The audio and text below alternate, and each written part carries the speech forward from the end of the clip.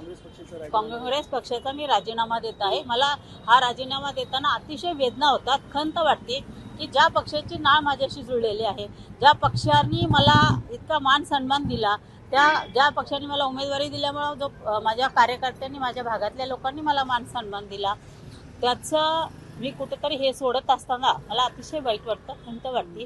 पण माझा नाईलाज आहे। माझ्या राजकारणामध्ये भावनेला काही हे नसतं। लोकांच्या मनासाठी, लोकांच्या विश्वासासाठी, त्यांच्या कार्यासाठी मला हा निर्णय घ्यावा लागलेला आहे। आणि पक्ष नेतृत्व जो काही हा निर्णय त्यांनी घेतलेला आहे, मी त्यांना कोणाला दोष देणार नाही। ठीक आहे, घेतला। मी अपक्ष उभी राहणार आहे। तुम्ही मला विचारलात की तुम्ही संभाजी महाराजांना भेटून आलात का? हो, मी त्यांना, माझं दुसरं काम होतं, मी तेव्हा पण तुम्हाला सांगितलं, मी त्यांना भेटून आले। पण त्यांनी मला विचारलं की तुम्ही आमच्या पक्षात या, तुमच्यासारख्या लोकांची आम्हाला खूप गरज आहे, तुम्ही आला तर आम्ही पूर्णपणे तुम्हाला सगळं आमची ताकद तुमच्या पणाशी लावू।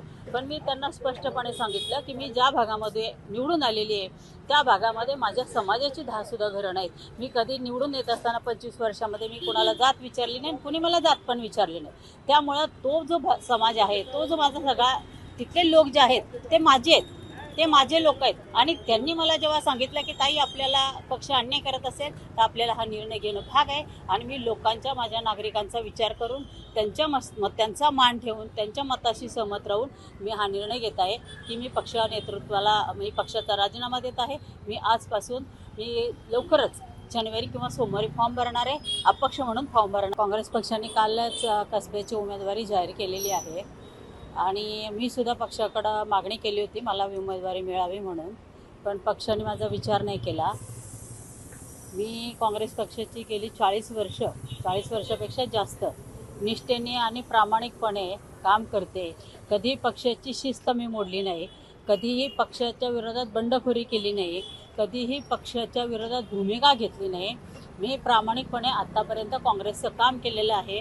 माझी प्रामाणिकपणे इच्छा होती की काँग्रेस पक्षाने माझा विचार करावा, पण जी काही लोक, म्हणजे काँग्रेस पक्षाने मला नगरसेवक केलं, महापौर केलं, या कसबा मतदारसंघातल्या नागरिकांनी, माझ्या भागातल्या लोकांनी, म्हणजे कसबा मतदारसंघातल्या सर्व नागरिकांनी मला काम करण्याची संधी दिली, माझा मान सन्मान वाढवला, मला प्रेरित केलं।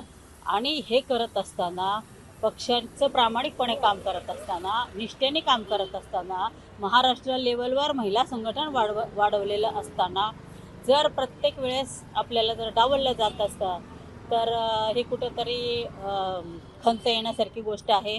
म्हणून मी आज माझ्या प्रामाणिकपणाचा, निष्ठेचा, माझ्या कार्याचा पक्षाने विचार केला नाही, आणि पक्ष नेतृत्वाने जो निर्णय घेतलेला आहे तो निर्णय हा पूर्णपणे चुकीचा आहे।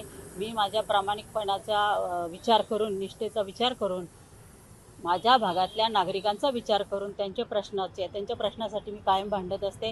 त्यांचे ज्या काही बेसिक गरजा आहेत त्याच्यासाठी मी आयुष्यभर काम केलेलं आहे महानगरपालिकेमध्ये। त्यांचा सगळ्यांचा विचार घेऊन मी आज प्रामाणिकपणे ह्या पक्षाचं प्रतिनिधित्व सोडत आहे।